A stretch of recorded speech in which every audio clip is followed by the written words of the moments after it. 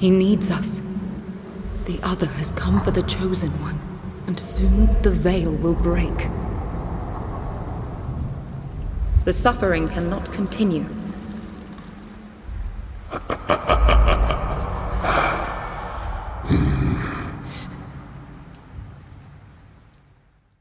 Hello everybody and welcome to today's video. We are going to be doing one of our think pieces today in which we look at the way that the video game industry talks about itself, and the word that I wanted to focus on this time around is masterpiece. It's a word that we do love to roll out to describe games that we think are pretty special, and it's something that I do myself, so it's something that we're all guilty of.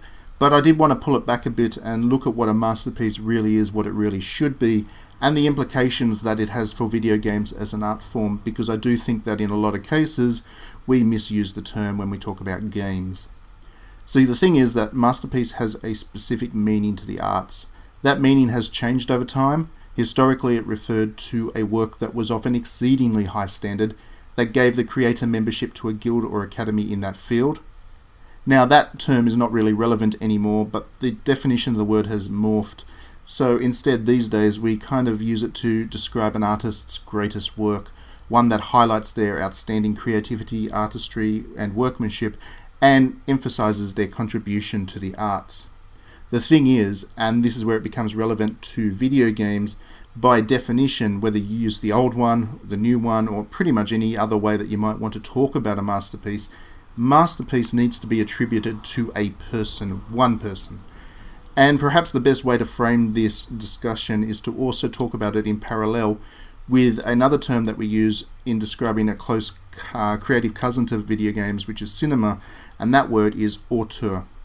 Auteur theory is pretty simple in that it really is just the argument that the director of a film is the film's author, not the screenwriter, cinematographer, or actors. They are, of course, very important to the film, but it is the director that deserves to have their name stamped on the film, just as we stamp the name of the author on the front of a novel. Now, it is important to know that auteur theory is not unchallenged. There are many that would argue against it. But when you step back and think about the masterpieces of cinema, they're all considered masterpieces because we can identify a single person as the creator of that film. No one remembers that Citizen Kane was only co-authored by Orson Welles, for example. Everyone remembers it as his film because he was the director. No one remembers that Psycho was written by a guy called Joseph Stefano because we know that as a Hitchcock film through and through.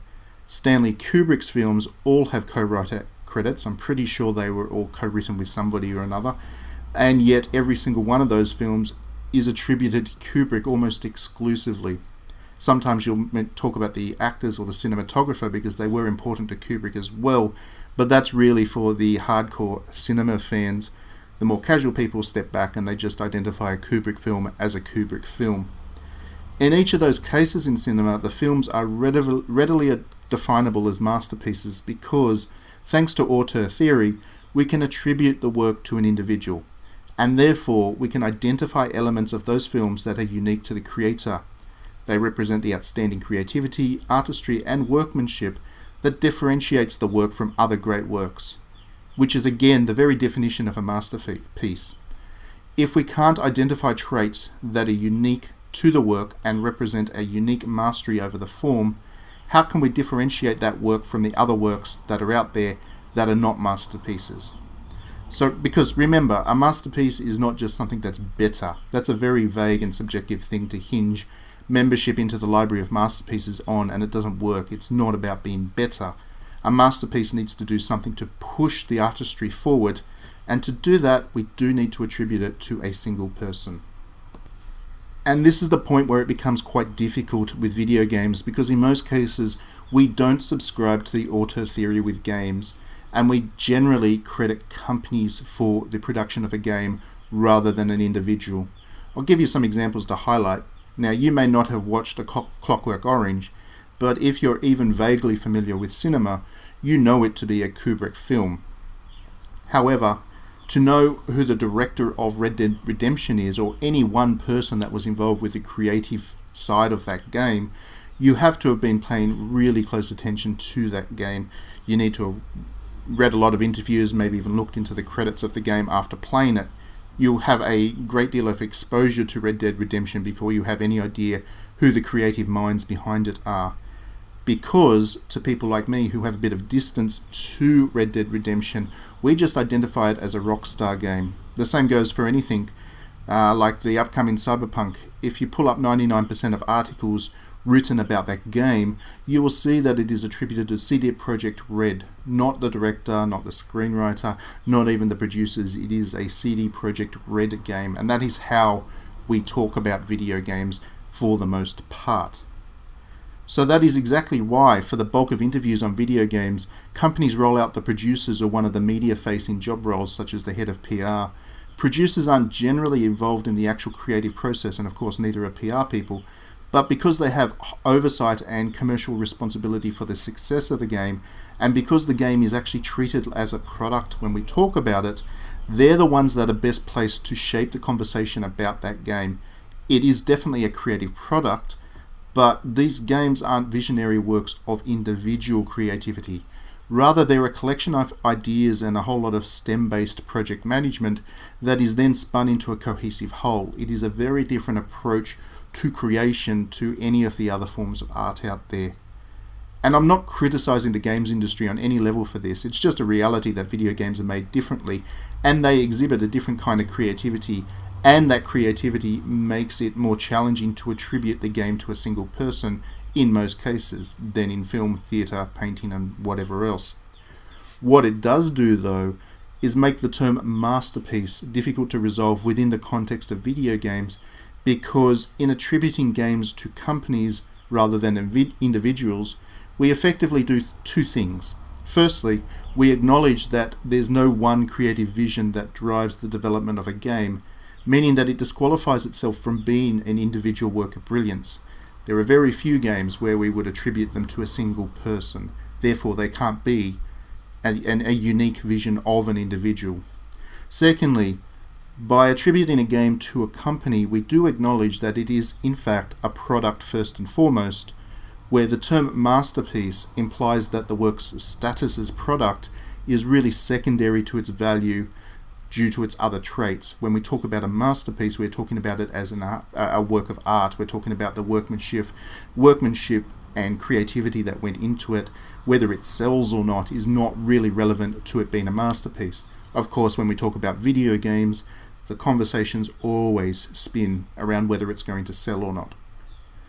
There are, of course, exceptions, and this is particularly true in the Japanese games industry, which may in some small way explain why I'm quite partial to Japanese video games as opposed to Western ones, but that's a different topic for another day. But the way that the Japanese video game industry is structured is such that it does seem to be more favourable to a form of auteur theory. We know the names, of course: Miyamoto, Yoko Taro, Goichi Suda, Swery, Kojima. The games that these people are involved with do tend to be attributed to those creators.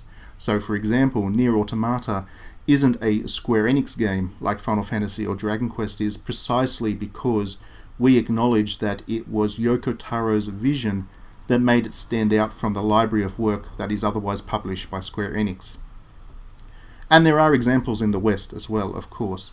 You may love him or hate him, but David Cage certainly stamps his name on games that he produces. Neil Druckmann from Naughty Dog, the same. But even then, I felt like I needed to put the qualification in there: Naughty Dog. Neil Druckmann is certainly one of the most prominent video game creators out there.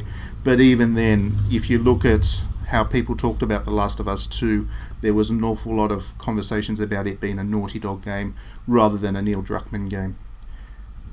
You could argue on this basis that the works that we attribute to these people are effectively potential masterpieces, and indeed it is possible to identify a consistency in theme, tone and approach across these games, even when the creators work with different development teams in realizing them. For me, one of the strongest arguments in support of auteur theory is that you can take two works that were made by teams that were 99% different to one another, but if the sole common thread between the two being is the director, and you can still identify kind of common themes between those two works, then that is kind of a proof, I guess, that auteur theory holds true and the director is responsible for the creative vision behind the work. And we see that with video games. To again talk about Yoko Taro, Nier and Nier Automata were made by entirely different teams. In fact, the team that created Nier went bankrupt after that game and disappeared, and those people all found different jobs. Now Yoko Taro was able to get a couple of creative people back from the original project to work on the sequel. The composer is the same, for example, but the teams are entirely different. But the fact is that Nier and Nier Automata share a lot of common themes and approaches to game design and thoughts and philosophy, and are identifiable as Yoko Taro games. That is an argument that you can point to Yoko Taro and say that, you know, Nier or Nier Automata could qualify as masterpieces. Putting aside those exceptions to the rule, however, the absence of a distinct name behind the video games that we talk about means that when we talk about masterpieces in video games, it's a discussion about whether we like the product created by a company more than most of the other products that we consume, and that's a little wayward. It's a little like comparing fast food to a meal designed by a chef. There's nothing wrong with fast food. It's fun to eat, it tastes good, and it can certainly satisfy hunger. But enjoying it a whole lot doesn't make it a masterpiece like a chef's signature dish might be, even if that signature dish isn't as enjoyable to eat on our individual palate.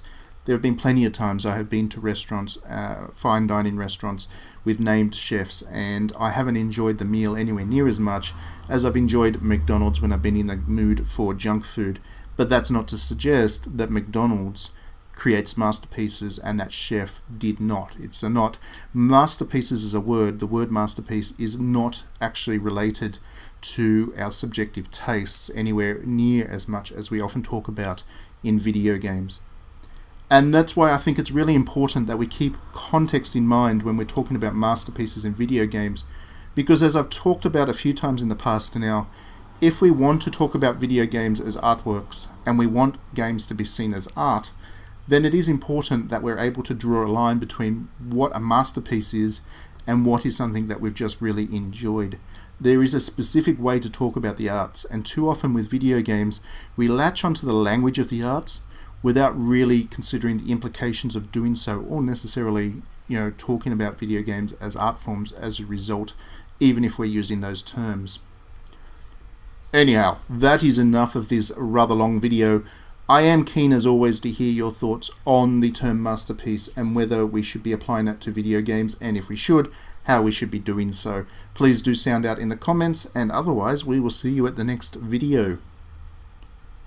Oh, and please do like and subscribe if you enjoy my videos. I am meant to say that. That is YouTube best practice or something or other. Backing me on Patreon is even better. You will be helping me to grow this channel, do more videos, and you will get yourself some neat visual novels to play. They are masterpieces if I do say so myself, and I do say that with a nod and a wink, but I enjoyed making them. I hope you enjoyed playing them, and yeah, they are a perk if you back me on Patreon, so please do consider doing that, and this time I will definitely sound off. We will see you at the next video.